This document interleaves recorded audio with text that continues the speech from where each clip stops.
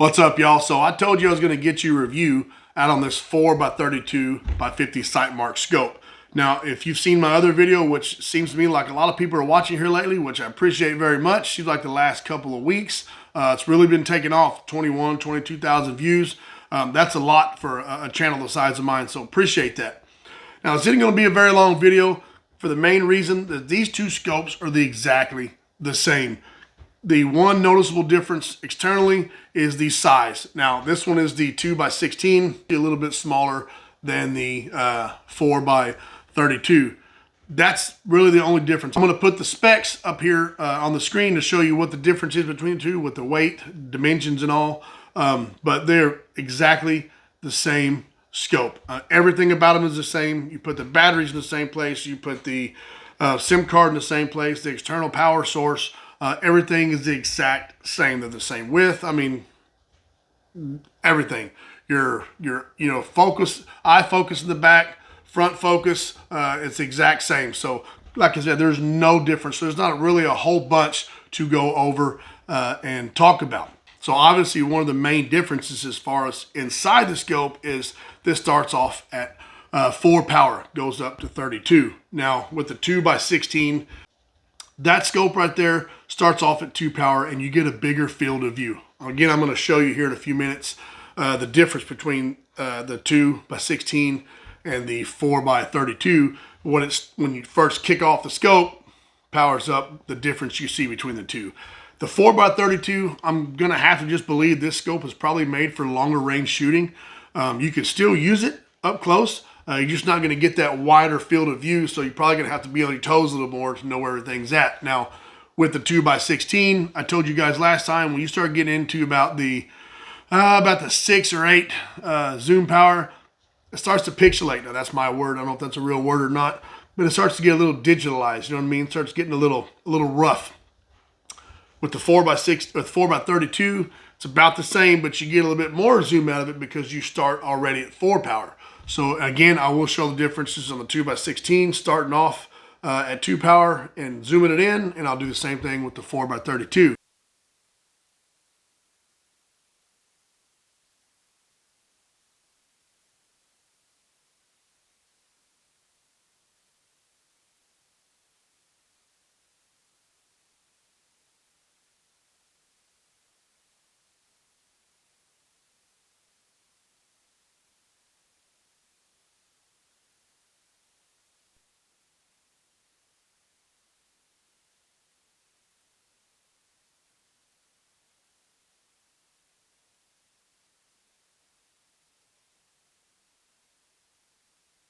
IR lights are the exact same. Now that IR light right there, I don't even know where it's at. It's got to be in the back room somewhere. But the good thing about it is you can use any IR light. It's not just a set light, right? So, but this IR light is plenty sufficient. You got your different levels. You can adjust it in, out, turn, all that kind of stuff. So it's plenty sufficient for this scope right here. Now I don't shoot past 200 yards anywhere. I don't have a place that I can shoot past 200 yards at night. So we always shoot right around the 100 out to, if you've seen some of our videos, 143 yards, and that's fine.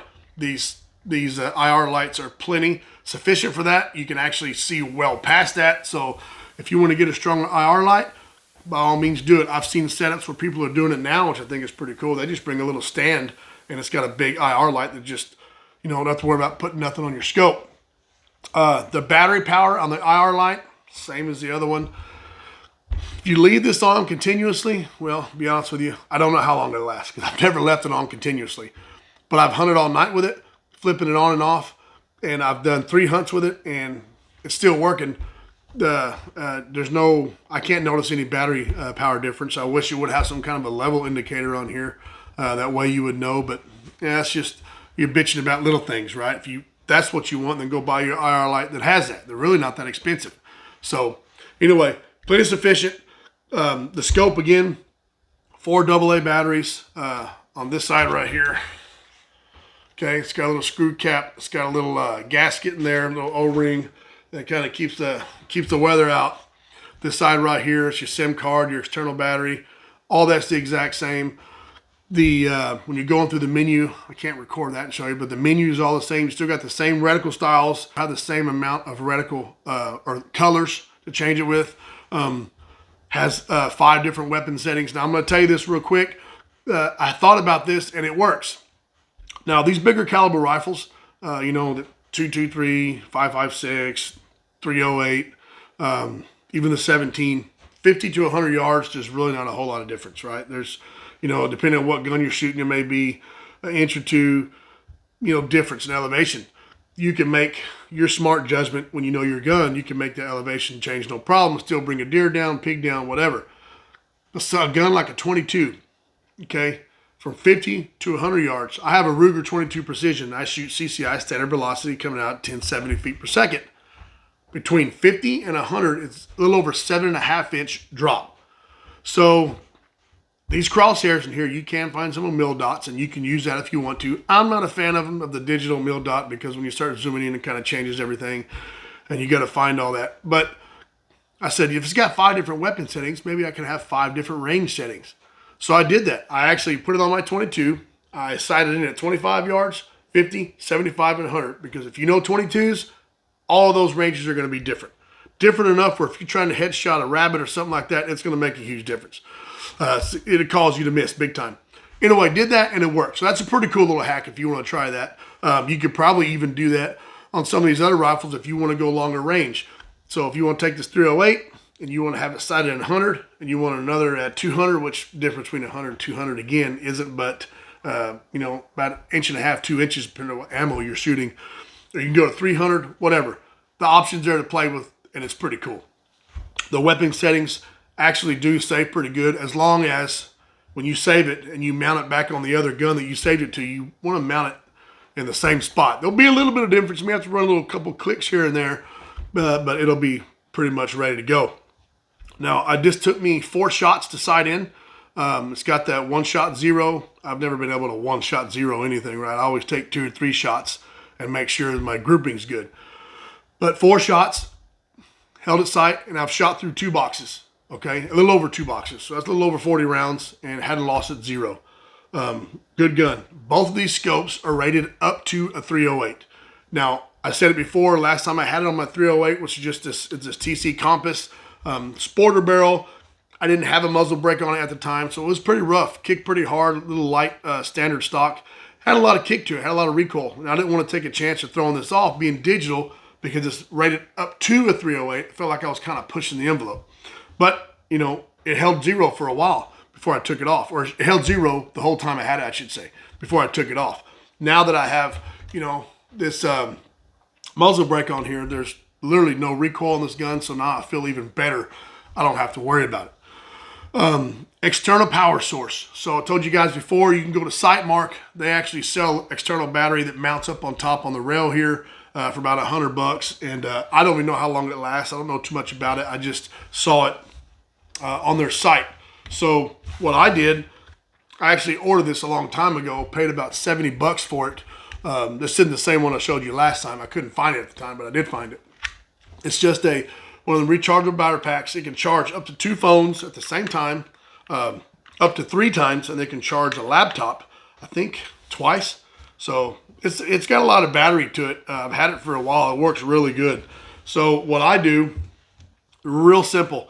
You know, when I like to run the external battery source, I don't know what charger this is. This is the charger you need. I don't even know what that end is called. There's so many, USB-C, blah, blah, blah, blah. I don't even know what it's called. I'm sure everybody's got one of these laying around. Simply take it, plug it in your external port. Again, if it's not going in, don't force it.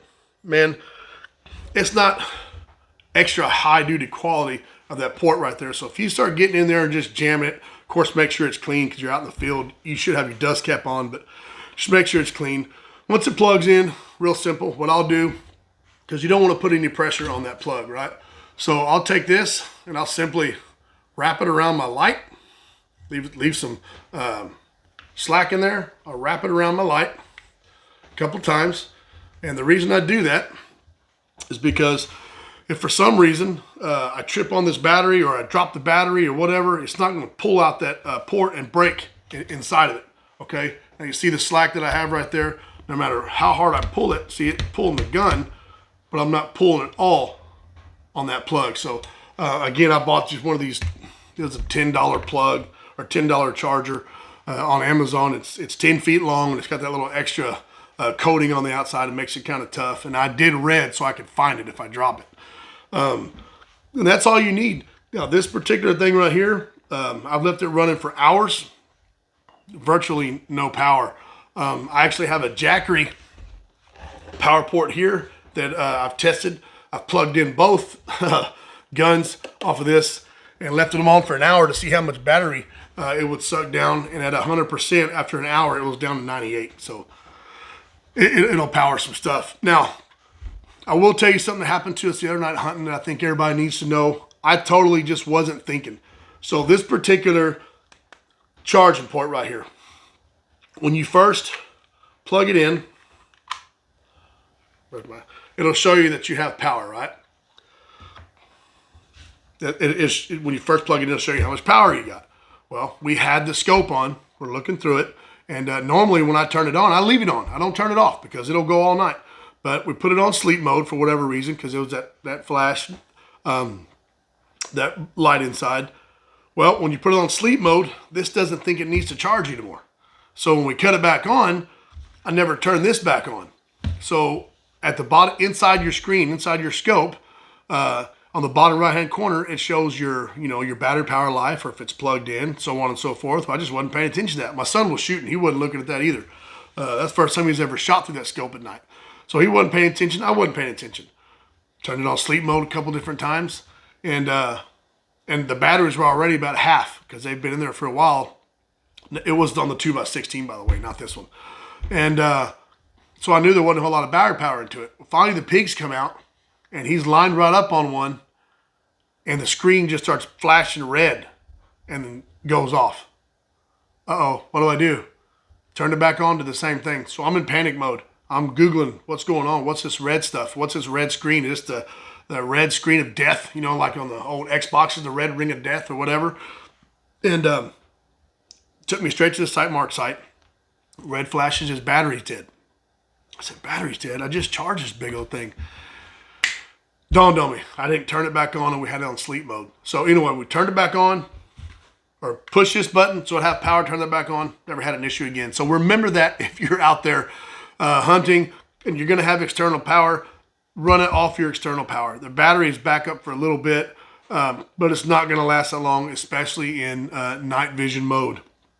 And you can run it all night, okay? And these are questions you can actually call and ask Sightmark yourself. You can run this thing for 16, 18, 20 hours if you want to.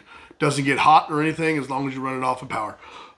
Now, the power source, I don't know what the power sources are. I'm not going to lie to you on this charger right here, but it's obviously not too much power. But what I was told is that if it's too much power, it has some protective, it's protected here. So if it's putting out too much power, this just won't run. It pretty much just goes into safety mode and shuts it off. So if you ever buy some kind of a heavy-duty, high-strength battery charger, for some reason it's not working, it's got a protective mode there, is what I've been told, that won't let it run so you don't burn anything up.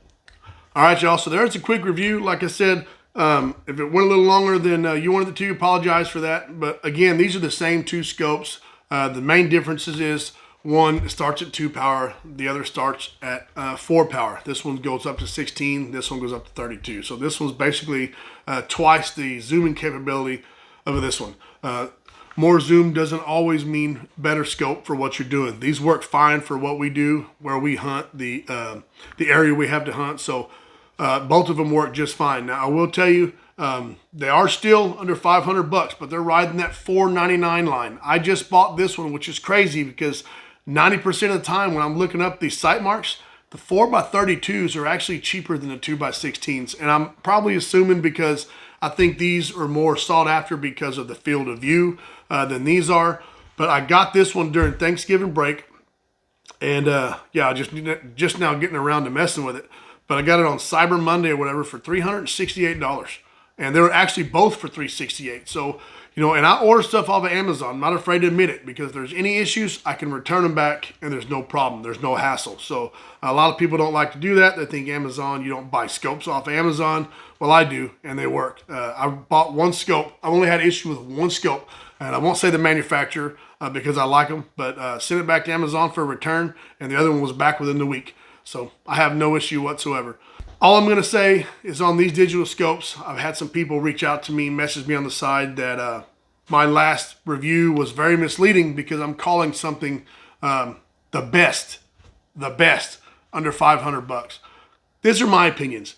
I gain nothing off of my opinions, okay? I'm not sponsored by Sightmark. I don't get paid for these reviews. I don't make $1 off. These cost me money out of my own pocket.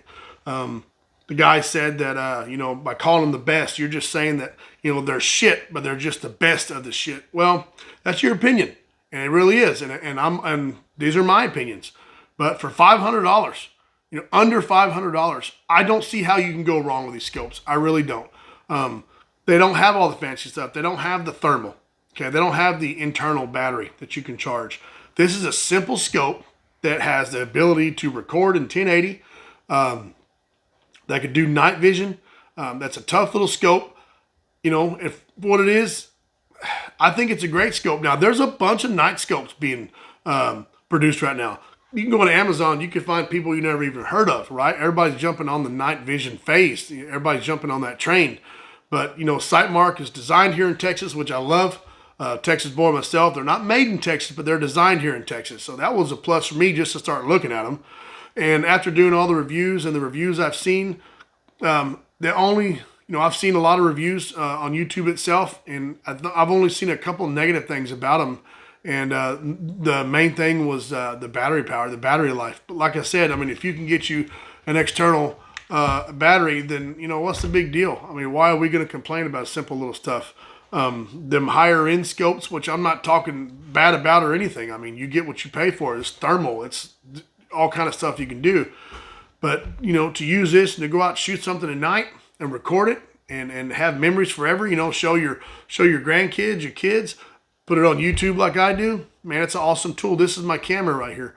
This is better than me buying a night vision camera to show my shots. Again, they don't have audio, but, you know, like I said, now I will tell you this, okay? When I take off the SIM card and I put onto the camera and I show you guys, doesn't do it justice. Yeah, it actually looks way better in person. That's just the way it is. But anyway, great scopes for great prices. And in my opinion, these are without a doubt the best under 500 bucks. You guys may agree, you may not agree. But don't forget to leave a comment down below. Let me know what you think of them. Give us a thumbs up if you like this. If you haven't already, subscribe, help the channel out. We're growing. It's because of you guys, so we appreciate that very much. All right, y'all. Well, I got to get ready because we're actually going to do some hunting tonight is the plan. Taking my stepdaughter hunting to let her get a pig. And I'm probably going to put the old 223 here and the 2x16 on display and let her bring one down. And surely will show you that on the next video. So appreciate you guys. Every chance you get, wet a line, let her know a fly. Put some rounds down range. See y'all next time.